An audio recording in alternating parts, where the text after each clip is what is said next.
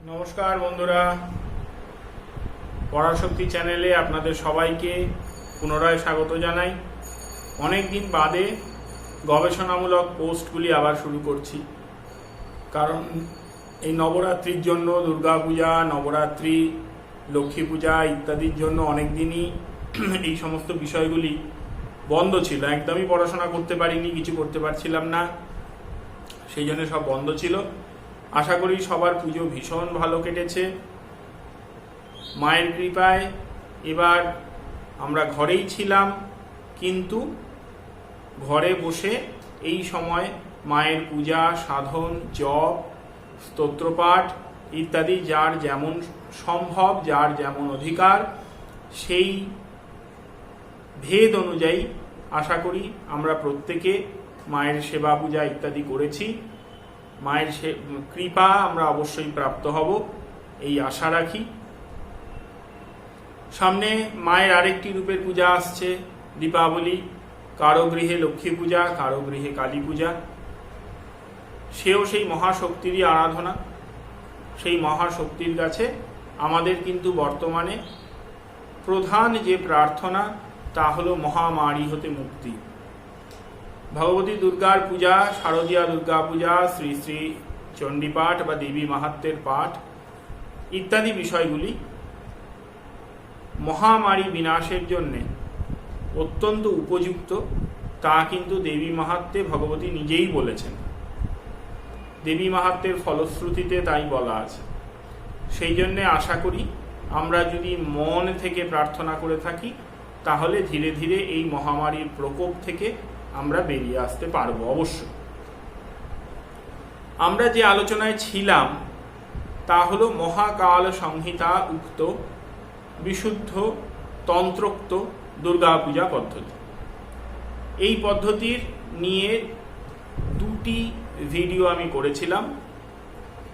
শুধু দুর্গা পূজা পদ্ধতি নিয়ে আলোচনা করছি না, মহাকাল সংহিতায় দুর্গা পূজার সঙ্গে রিলেটেড ভগবতী দুর্গার কাহিনী ইত্যাদি যা বর্ণিত আছে, সেই সমস্ত জিনিসপত্রগুলোও কিন্তু আমি এই ভিডিওতে আনছি। ফলে এটি মহাকাল সংহিতা উক্ত দুর্গা কথা, তা বললে বেশি ভালো হয়। তার মধ্যে পূজা বিষয়টি আবশ্যিকভাবে থাকছে, কিন্তু এটি মহাকাল সংহিতা উক্ত দুর্গা কথা চলছে। আমরা যে পর্যন্ত ছিলাম, যে পর্যন্ত এসেছিলাম দ্বিতীয় ভিডিওটিতে, তা হলো যে মহিষাসুরের রুদ্রত্ব, রুদ্ররূপত্ব। তো মহিষাসুরের এই যে রুদ্রত্ব, অর্থাৎ মহিষাসুর মহাদেবের অবতার, এই পর্যন্ত আমরা কিন্তু পড়াশোনা করেছিলাম। আমরা ত্রয়োদশ পটল অর্থাৎ 13th চ্যাপ্টারের, মহাকাল সংহিতার 13th চ্যাপ্টারের গুহ্যকালী খণ্ড 13th চ্যাপ্টারে মোটামুটি অ্যারাউন্ড 190 এই শ্লোক পর্যন্ত আমরা পড়াশোনা করেছিলাম। এবারে আমরা ধীরে ধীরে এগোব। মহাকাল সংহিতার 13th চ্যাপ্টারের 193 নম্বর শ্লোকে দেবী মহিষাসুরকে তার পূর্ব জন্মের কথাগুলি বলতে শুরু করলেন। দেবী এই কথা মহিষাসুরকে বললেন যে যাবত্যবাসুরো ভাবঃ স্থিতা দেহে সুরাধিপ তাবদ বৈ বিনিহত্যায়ৌ ময়া ত্বক্তৌসি বিশ্রবৎ। অর্থাৎ যতদিন পর্যন্ত তোমার মধ্যে থেকে আসুরি ভাব দূরীভূত না হচ্ছে, ততদিন পর্যন্ত আমি কিন্তু তোমাকে মোক্ষ প্রদান করব না।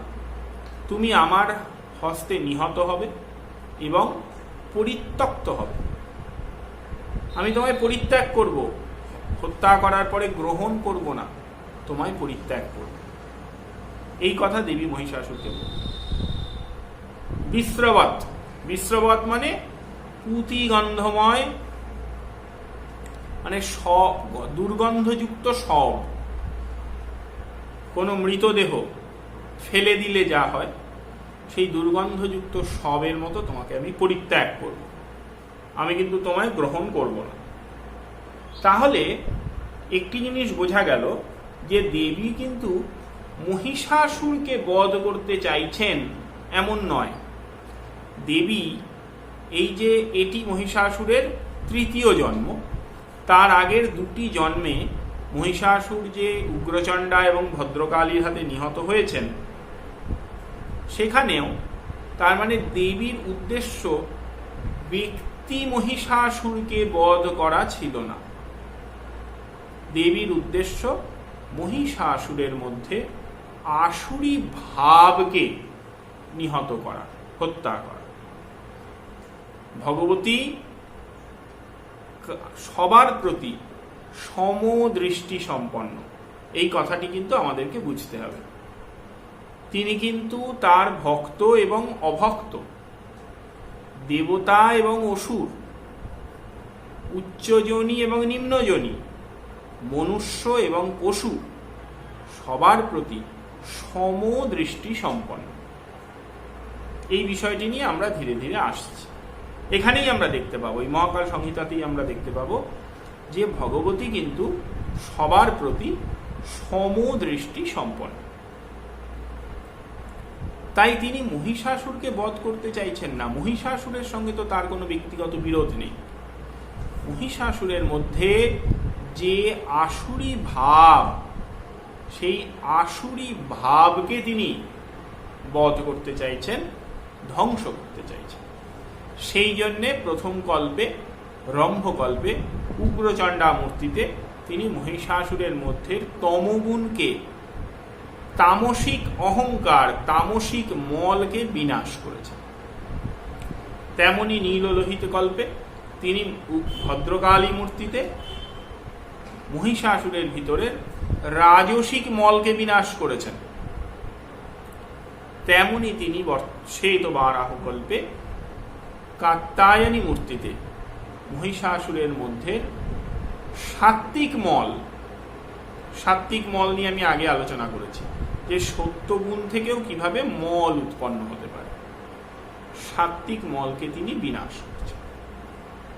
এবং এই সাত্ত্বিক মলকে তিনি বিনাশ করছেন অত্যন্ত সুন্দরী, মনোহারী দশভুজা কাত্যায়নী মূর্তিতে। দেবী বলছেন যে ইদানিংতে করিষ্যামি সুমহান্ত্যমনিগ্রহম তত্র হেতু নিরোধো ত্বাম মাত্য দান বহুন্দব।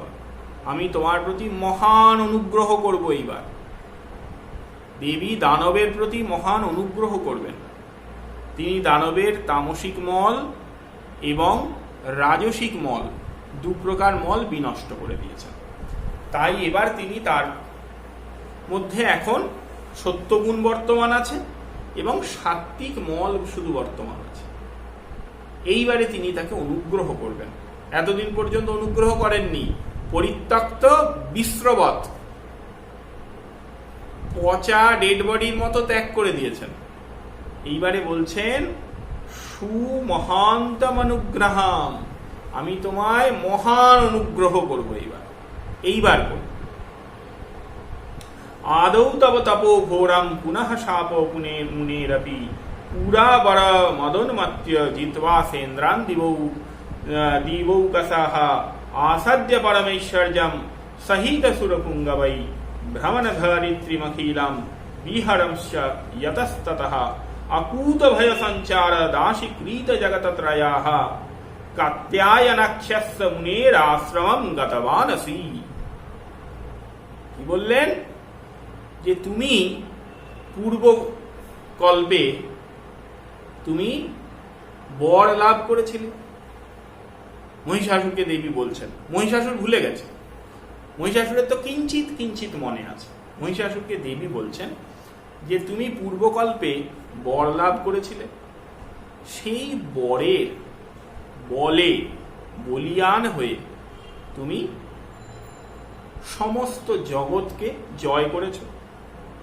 সেন্দ্রান স ইন্দ্র দিবৌকসাহ, সমস্ত দেবতাদের, দিবাকর ইত্যাদি আদিত্যদের সবাইকে তুমি জয় করেছ। ভ্রমণ ধরিত্রিমখিলাম, তুমি সারা জগতে পরিভ্রমণ করে বেড়াচ্ছ। অকুত ভয়, তোমার মনে কোনো ভয় নেই, সবাই তোমার দাসবৎ দাসীকৃত জগত্রয়া, তিন জগৎকে তুমি নিজের দাস করে রেখেছ। দাসীকৃত জগত্রয়া, কাজে তোমার মনে কোনো ভয় নেই, তুমি যত্রতত্র বিরাজ করতে পারো। প্রচন্ড অহংকার যা আমাদের মধ্যে হয়, আমাদের মধ্যে ধন লাভ হলে ধনের অহংকার হয়, ক্ষমতা লাভ হলে আমি মন্ত্রী হয়ে গেলাম, আমি এমএলএ হয়ে গেলাম, প্রবল ক্ষমতার অহংকার হবেই। আবার আমি ব্যবসা করে অনেক টাকা রোজগার করলাম, প্রবল ধনের অহংকার।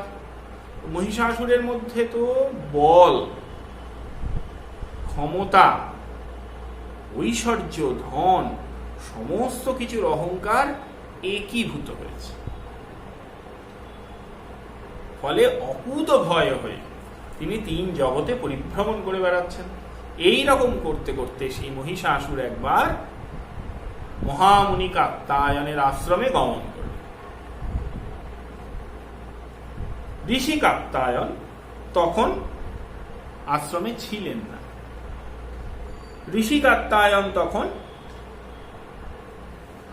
একাকী পরশুমাদায় স্কন্ধ বেদম শনৈঃ পঠন ফলমূলে পত্রাণাম আহারার্থম গতক্যচ। ঋষি কাত্যায়ন তখন একটি কুঠার নিজের কাঁধে নিয়ে, পরশুমাদায় স্কন্ধে, কাঁধে একটি পরশু বা কুঠার একটি কাঁধে নিয়ে, বেদম শনৈঃ পঠন, নিজের মনে মনে বেদ পাঠ করতে করতে জঙ্গলে গেছেন। গিয়ে তিনি আহারের জন্য ফলমূল ইত্যাদি সংগ্রহ করছেন, কিছু কাঠ ইত্যাদি কেটে আনছেন। মুনিরা যা করতেন, যেভাবে তারা জঙ্গলে থাকতেন, কেটে আনতে হবে, সেই জন্যে তিনি গেছেন। ঋষি কাত্যায়ন আশ্রমে নেই। আশ্রমে ঋষি কাত্যায়নের অন্য শিষ্যরা আছেন, তারা সেই আশ্রমের দেখভাল করেন, তারা সেই আশ্রমে থেকে বেদাভ্যাস করেন, তারা সেই আশ্রমে থেকে সাধন ভজন করেন। কিছু শিক্ষার্থী থাকতেন তৎকালীন সময়ে ঋষিদের আশ্রমে, যারা ব্রহ্মচর্য অবলম্বন করে শিক্ষার্থী। সেখানে কিন্তু ব্রাহ্মণ, ক্ষত্রিয় এবং বৈশ্য তিন বর্ণ ঋষিদের আশ্রমে এসে শিক্ষার্থী হতেন। তারপরে সমাবর্তনের পরে তারা ফিরে যেতেন। আবার কিছু কিছু ব্যক্তি, সংসার বিরক্ত ব্যক্তি, তারা ঋষিদের আশ্রমে পার্মানেন্টলি থাকতেন। যারা মুখ্যার্থী, সংসার বিরক্ত ব্যক্তি, তারাও থাকতেন। তো এই রকম সবাই রয়েছেন।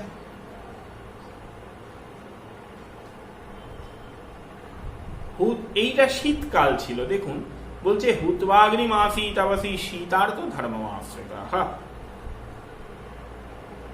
তো কপৌত নামা তৎ শিষ্য যোগাভ্যাস পরায়ণা।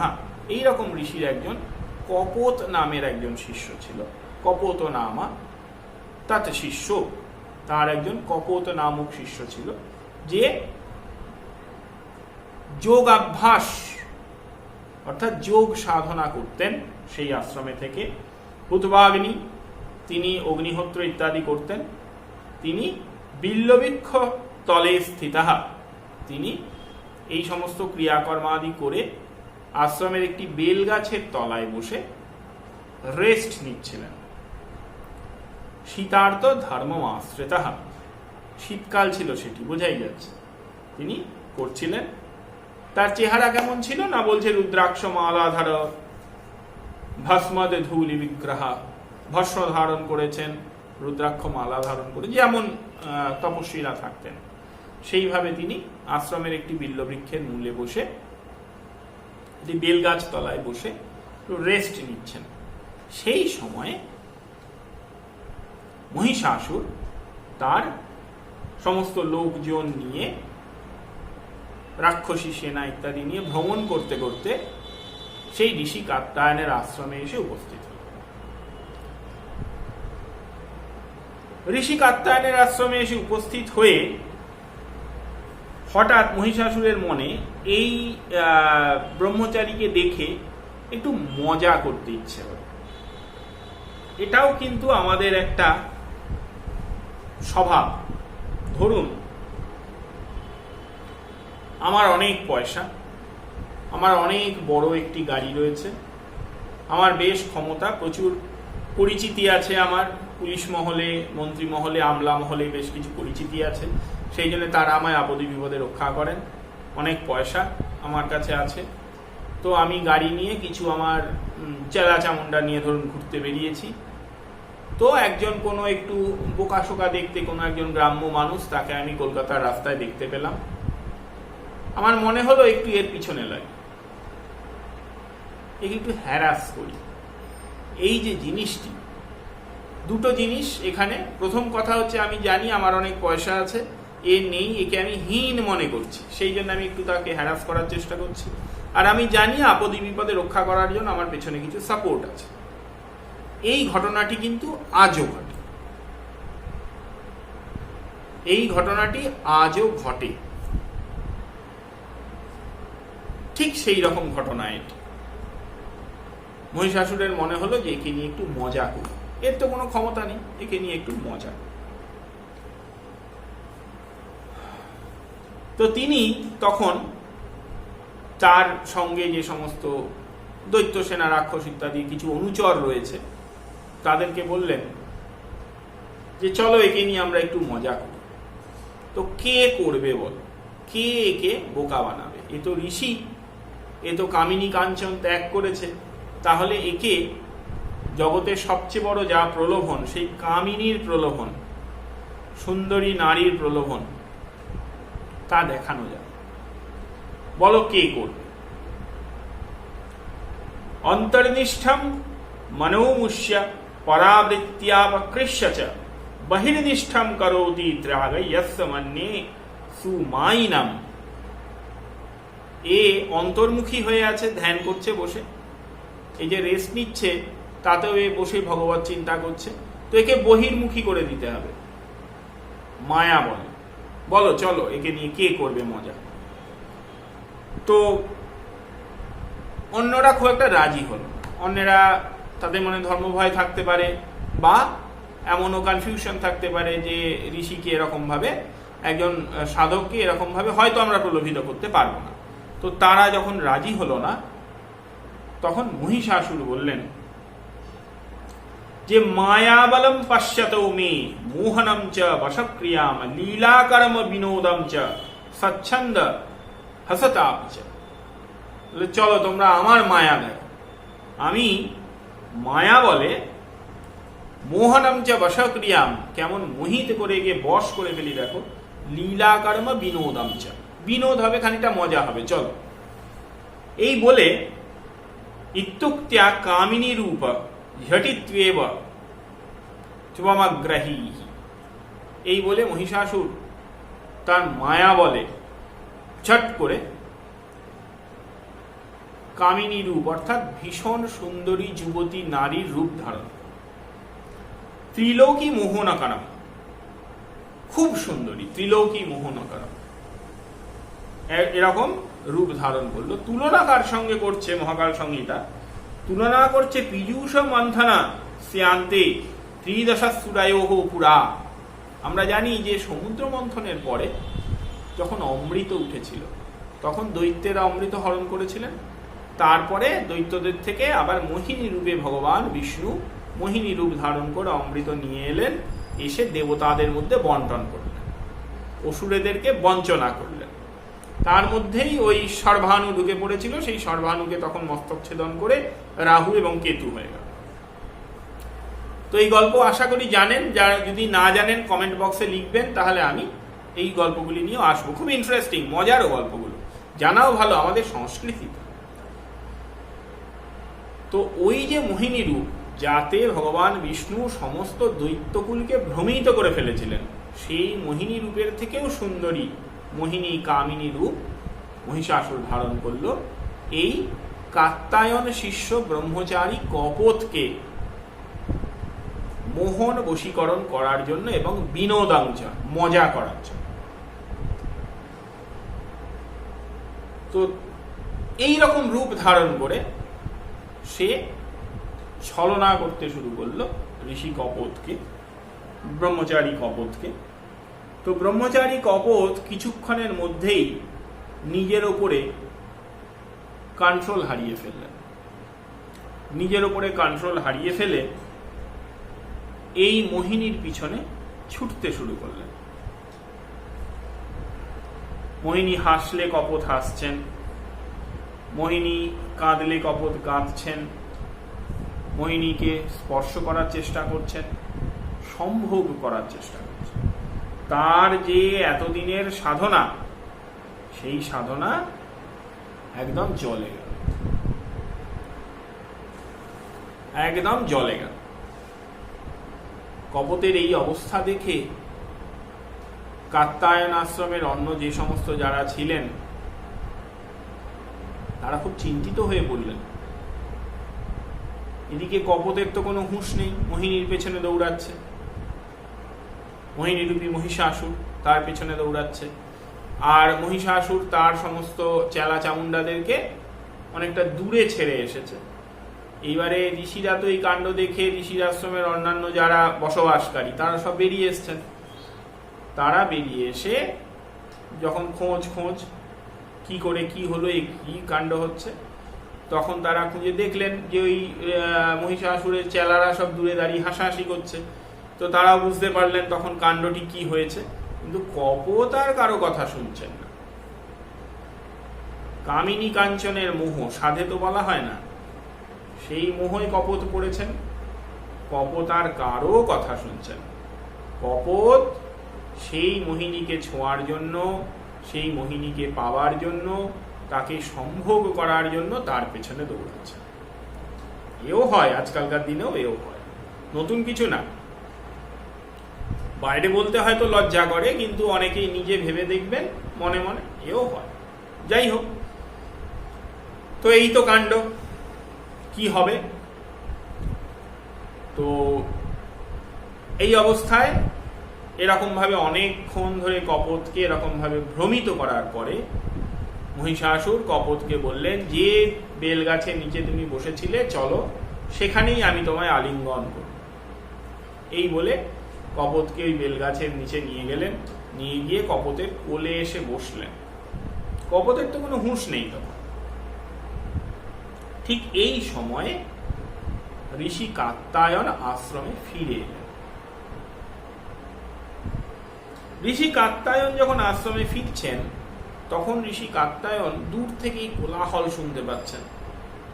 তখন তার মনে হচ্ছে যে কি হলো, আশ্রমে কি কিছু গন্ডগোল হলো, আশ্রমে কি দৈত্যরা আক্রমণ করলো, বা পশু পক্ষীদের নিয়ে কি কোনো প্রবলেম হলো, কি হলো। ভাবতে ভাবতে ঋষি কাত্যায়ন আশ্রমে যখন এলেন, তখন ঋষি কাত্যায়নের অন্য শিষ্যরা এবং আশ্রমবাসী গোটা ঘটনাটি,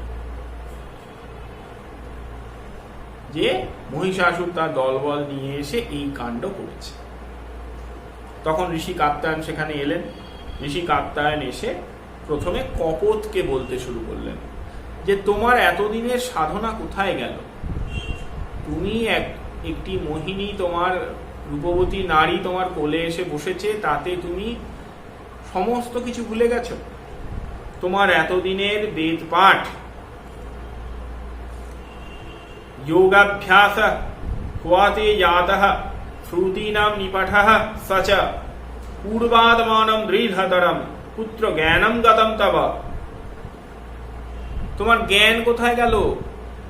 তোমার এতদিনের বেদ পাঠ কোথায় গেল? এতদিনের যোগাভ্যাস কোথায় গেল? তোমার এই কি হলো? এই অধঃপতন তোমার কি করে হলো? নিজেকে স্মরণ করো, তুমি কে? এইভাবে ঋষি কাত্যায়ন কপোতকে ভৎসনা করলেন এবং তাকে বোঝানোর চেষ্টা করলেন। তো তখন তো কপোতের হুঁশ এলো যে কি ফাঁদে আমি পড়েছি। কাত্যায়ন বললেন যে ছদ্ম স্ত্রী বেশানাম চাস্যমাম কামবসমান যগাহা অথ चेदीस्वसी परिणयम कर्तु महामते सूतम राज्ञः पुनः केतोरयाचिष्यामि भवत कृते अतीव स्त्रीगुणैर्युक्तां साक्षात् रतिमिवागताम् आत्मज्ञानेन महता मया दत्तेन पुत्रक ज्योतिर्मया दिव्यदृष्ट्या वजैनं महिषासुरम्। তো এরপরে যেটা হলো যে মহিষাসুর তো তখন মহিষাসুর রূপী যে মোহিনী তো তখন কপোতের কোল থেকে উঠে গেলেন। কপোতের কোল থেকে উঠে প্রচন্ড রেগে গেছে তখন, কারণ মজা করছিল, সেই মজাটা নষ্ট হয়ে গেল। অতীব সুক্রোধ তদা দাবানলৈব জ্বলন বিমৃশ্য তব দৌরাত্ম্যন শাপায় চ মনোদধে। তো প্রচন্ড রেগে গেছে, এদিকে ঋষি কাত্যায়ন প্রচন্ড রেগে গেছে, তো মহিষাসুর উঠে পড়েছে। তখন ঋষি কাত্যায়ন রেগে গিয়ে মহিষাসুরকে অভিশাপ দিলেন, বললেন শ্রীনু রে মূর্খ অসুর, শোনো, দৈত্যেন্দ্র বরদানেন গর্বিতঃ, তুমি বর লাভ করে অত্যন্ত গর্বিত হয়ে গেছো। ত্রিনবত্রিষু লোকেষু ন কিঞ্চিদপি মন্যসে, তুমি তো তিন লোকের কাউকে একটা তৃণ বা একটা ঘাসের মতো সম্মান করো না। ইন্দ্রাদির দশদিকে পালান জিতবা ত্বাম গর্ব আবিশন, তুমি ইন্দ্র বরুণ যম কুবের আদি 10 দিকপালকে তুমি যুদ্ধে জয় করে নিয়েছো। প্রচন্ড গর্ব হয়েছে তোমার মনে, অহংকার হয়ে গেছে তোমার মনে। বিষ্ণু সুদর্শনম চক্র কুণ্ঠিত তব বক্ষসি, বিষ্ণুর সুদর্শন চক্র তোমার উপরে এসে পড়ে কোনো কাজ করেনি, কুণ্ঠিত হয়ে গেছে। গিরিশস্যাভি পরশু স্রগিবাস তবোরসি, গিরিশ অর্থাৎ মহাদেবের যে পরশু মৃগবরাভীতি হস্তম, মহাদেব ত্রিশূল নয় পরশু, তো সেই পরশু তোমার উপরে এসে কোনো কাজ করেনি। অগাত্युल्लतूलाम চাপি ব্রহ্মণ করো বোধকম, প্রজাপতি ব্রহ্মার কমণ্ডলু যে জল, মন্ত্রভূত জল, তা তোমার উপরে কোনো কাজ করেনি। তো এই সমস্ততে তোমার মনে প্রচন্ড গর্ব হয়েছে, তুমি নিজেকে অজেয় মনে করছো। তো শোনো, আমি তোমাকে অভিশাপ দিচ্ছি, যে রূপ তুমি আজকে ধারণ করেছো, যে রূপ তুমি আজকে ধারণ করে আমার শিষ্যকে মোহিত করার চেষ্টা করেছ, সেই রূপই তোমার কাল হবে। পশ্চমে তপসো বীর্য কুশধ্বম বহনাকৃতি বলম কৃষ নাম মঙ্গ্যানাম योगक्षामशिरायुषाम जदरूपं दधत्वं वै शिष्यं महीतवान मम, আমার শিষ্যকে যদরূপম দধত্বম, যে রূপ ধারণ করে তুমি আজকে মোহিত করলে, দধানা তাদৃশং রূপম, সেই প্রকার মোহিনী রূপ ধারণ করে, অতি সুন্দরী রমণী রূপ ধারণ করে, কাচিত স্ত্রী রুচিরাকৃতি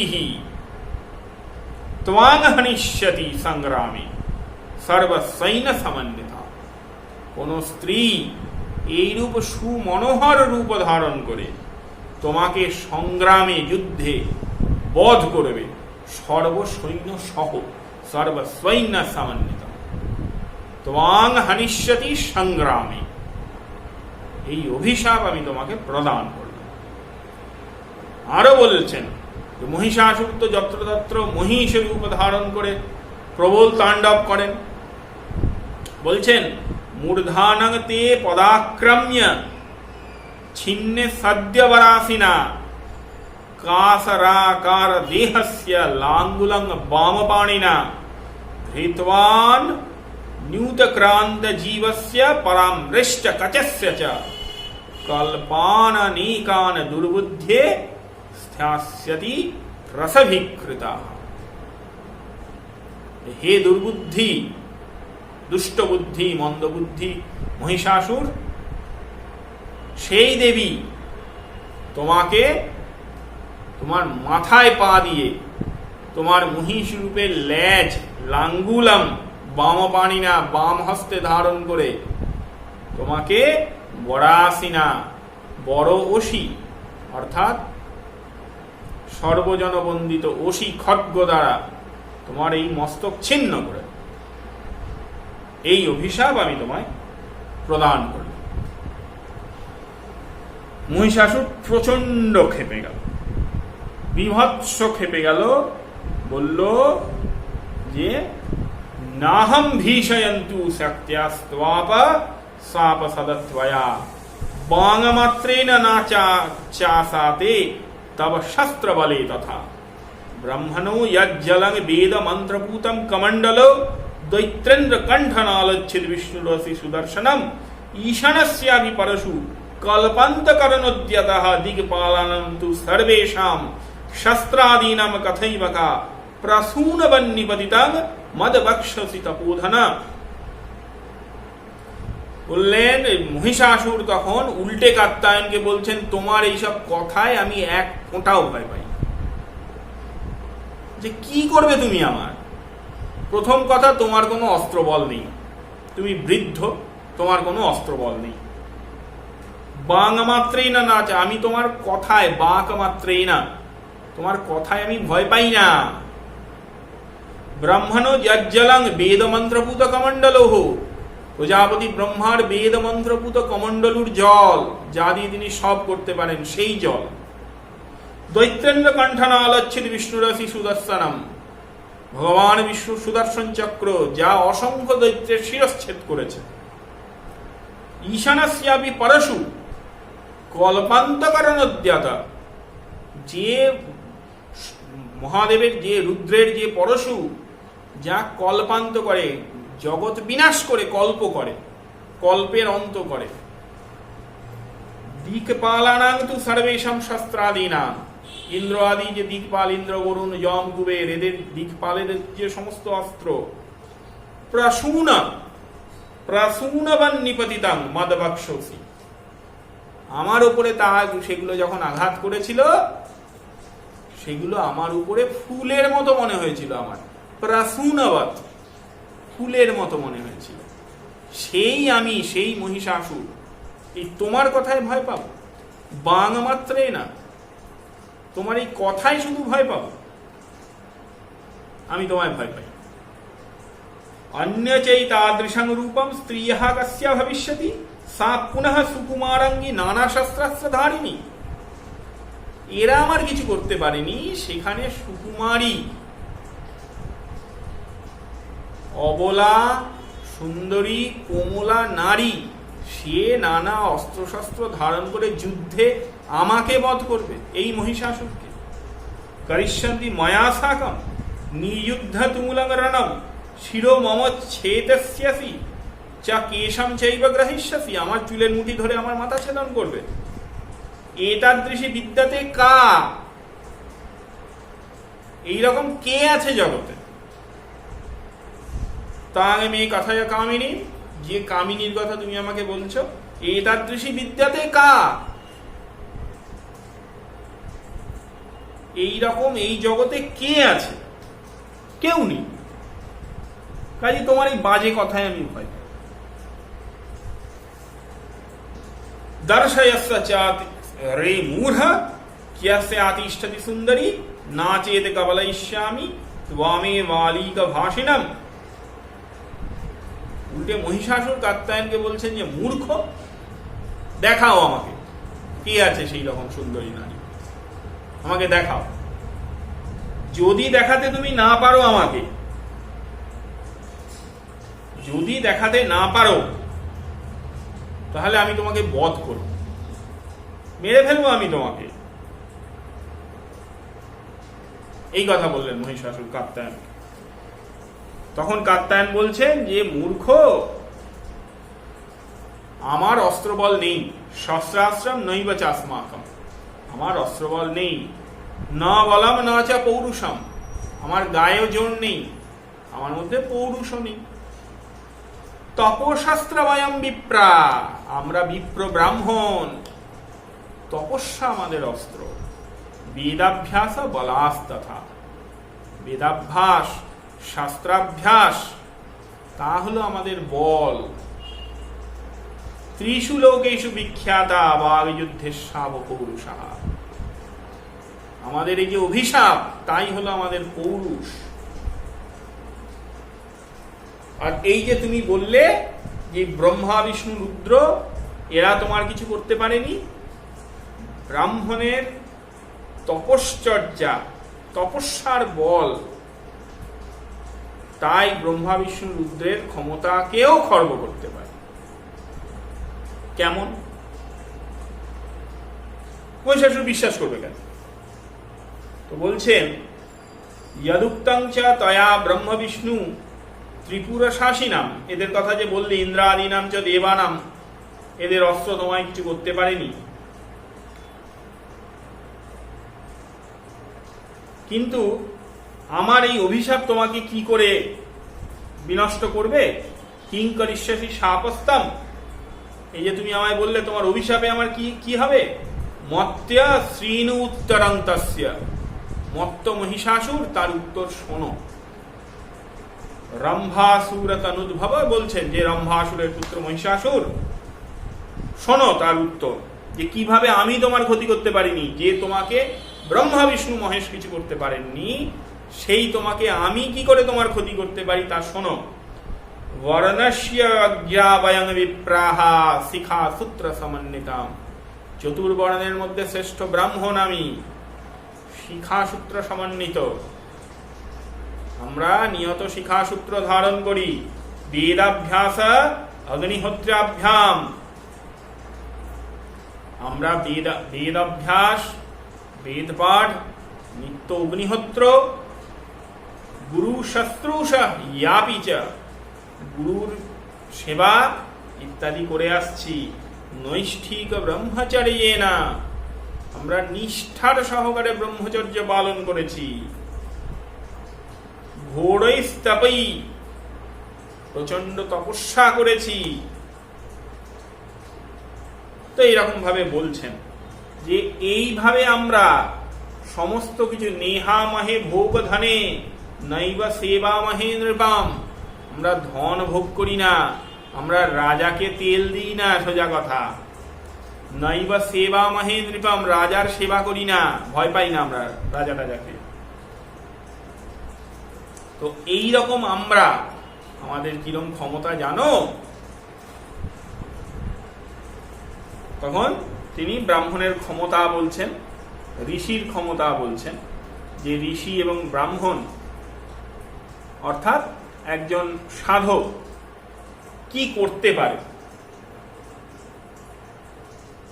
বলছে পাদ প্রহারম করোদ ভৃগুর বিষ্ণুর ক্রোধা, ক্রুদ্ধ ভৃগু বিষ্ণু বক্ষে পদপ্রহার করেছিলেন। ভগবান বিষ্ণুর বক্ষে কি পদচিহ্ন থাকে দেখবেন মূর্তিতে, ভৃগুর পদচিহ্ন। ভগবান বিষ্ণুর বুকে লাথি মেরেছিলেন।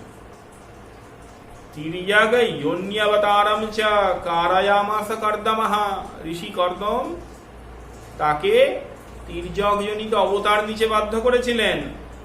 গৌতমেন কৃতঃ শক্র ভগাঙ্ক তপসো বলাৎ, ইন্দ্র কিছু করতে পারেনি তোমাকে, কিন্তু এই ইন্দ্রকে, ইন্দ্র সহস্র যোনি, তার সারা গায়ে যোনি চিহ্ন, অভিশাপে। কার? ঋষি গৌতমের অভিশাপে।